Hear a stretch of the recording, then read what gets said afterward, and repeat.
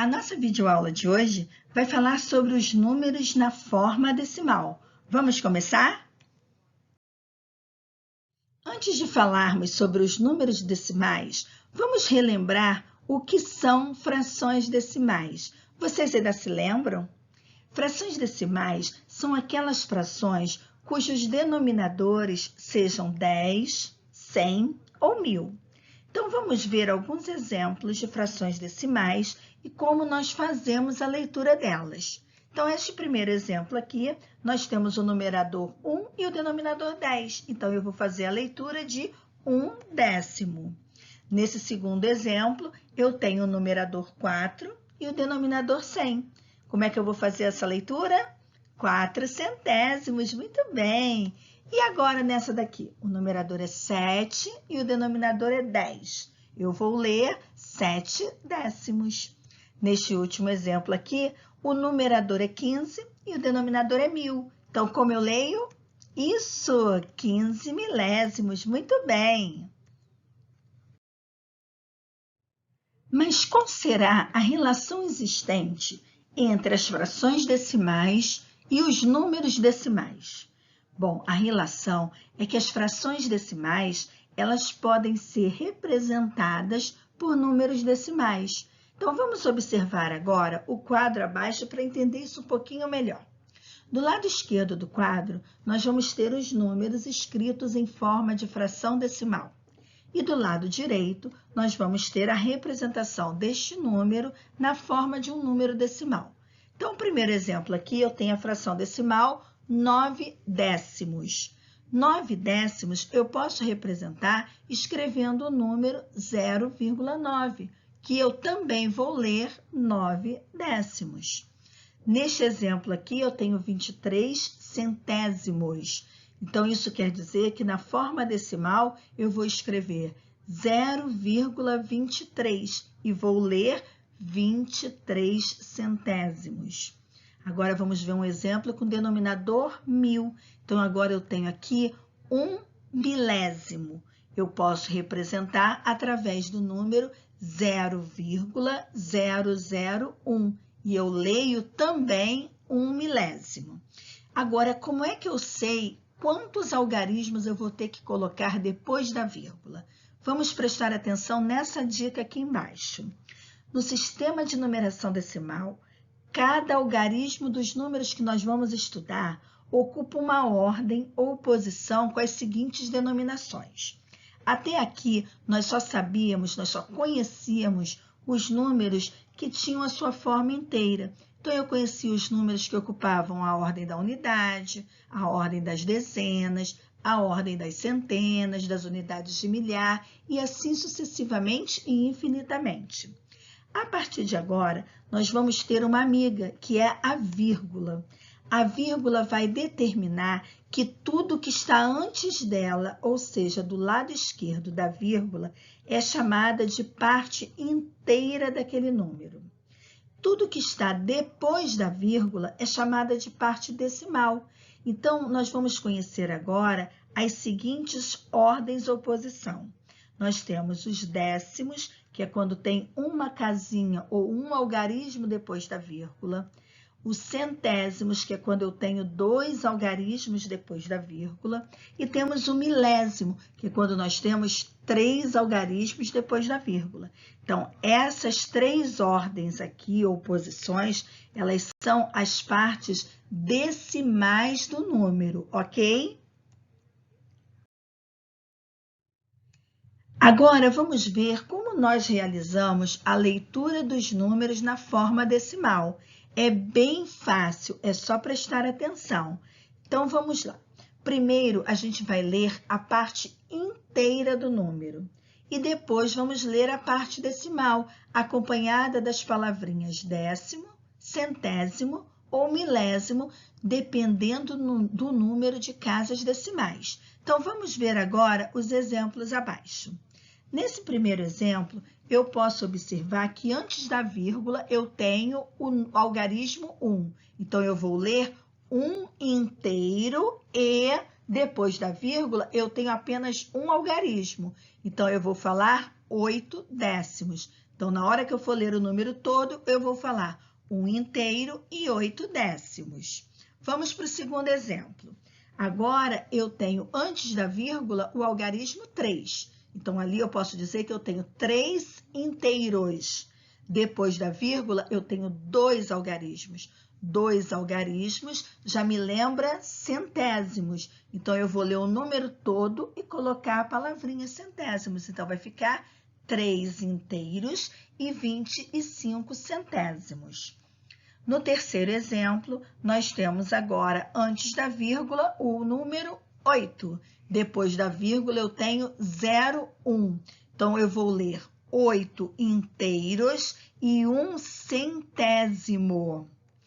Agora, neste exemplo, eu tenho, antes da vírgula, o número 4 e depois da vírgula, eu tenho o número 135. 135 tem 3 algarismos. Se tem 3 algarismos, é, no caso, milésimo. Então, eu vou ler esse número da seguinte forma: 4 inteiros e 135 milésimos. É bem fácil, né?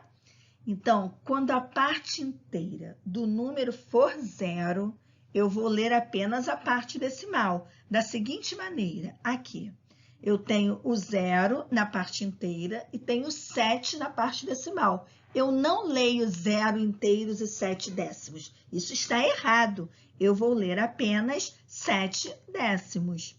Nesse segundo exemplo aqui, eu tenho o 0 representando a parte inteira e o 121 representando a parte decimal. Então, nesse caso, eu vou ler 121 milésimos. Entenderam?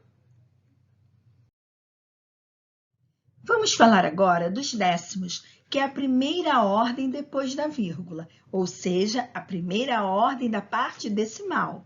Então, você já sabe que a fração 1/10 pode ser representada por 0,1, que a gente também lê como 1/10. Então, vamos observar aqui que o nosso inteiro foi dividido em 10 partes iguais e que foi pintada apenas uma dessas partes. Então, eu posso concluir que a parte pintada representa 1/10 da figura, ou 0,1, que também é 1/10.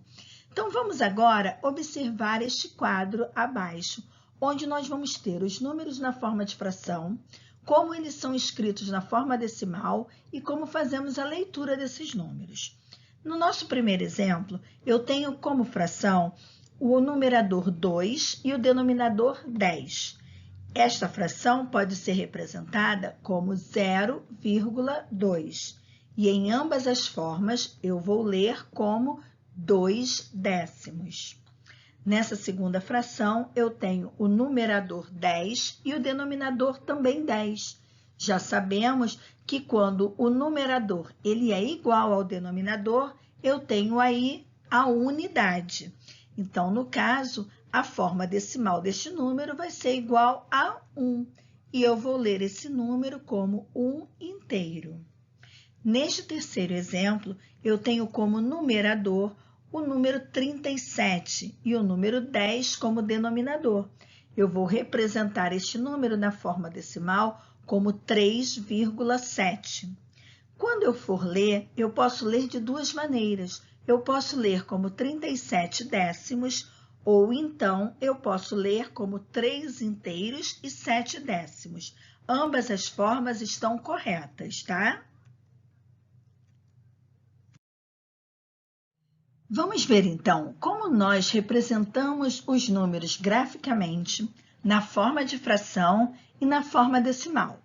Para isso, nós vamos representar o número 14 décimos dessas 3 maneiras diferentes. Vamos lá? Mas antes, observem bem, 14 décimos. Se é décimo, é sinal que só tem um algarismo depois da vírgula. Então, o que eu tenho que fazer? Eu vou botar o 14 e se eu tenho um algarismo só depois da vírgula, então eu vou botar a vírgula entre o 1 e o 4. Então, eu também posso ler esse número da seguinte maneira, 1 inteiro e 4 décimos. Então, vamos ver como a gente representa esse número graficamente. Se ele está escrito que é décimos, Quer dizer que o meu inteiro foi dividido em 10 partes iguais. Agora, observem que eu tenho um inteiro. Então, eu tenho uma barrinha dividida em 10 partes e toda ela tomada. Agora, eu ainda tenho mais 4 décimos para pintar. O que eu tenho que fazer? Eu tenho que pegar uma outra barrinha, também dividida em 10 partes, e pintar 4 delas. Lembrou, né? É muito fácil. Vamos agora representar este número na forma de fração. Vamos observar. Essa primeira barrinha estava dividida em 10 partes iguais e foram pintadas 10 delas, ou seja, foram pintadas 10 décimos do meu inteiro. A minha segunda barrinha também foi dividida em 10 partes e foram pintadas 4 delas. Então, eu posso dizer que eu ainda tinha mais 4 décimos. 10 décimos mais 4 décimos, nós já aprendemos que quando o denominador é igual, a gente repete e somos numeradores. Então, aqui no caso, eu vou ter 14 décimos. Bom, já representamos o nosso número na forma de fração. Agora, vamos representar na forma decimal? Observem que eu tenho uma barrinha inteira. Então, eu tenho um inteiro. E tenho mais 4 décimos de outra barrinha. Então, 1 inteiro mais 4 décimos é igual a 1 inteiro e 4 décimos. Agora, observem bem aqui. Nesse número, nós temos o que está à esquerda da vírgula, ou seja, antes da vírgula, é a parte inteira do meu número. O que está à direita da vírgula ou depois da vírgula é a parte decimal do meu número, ok?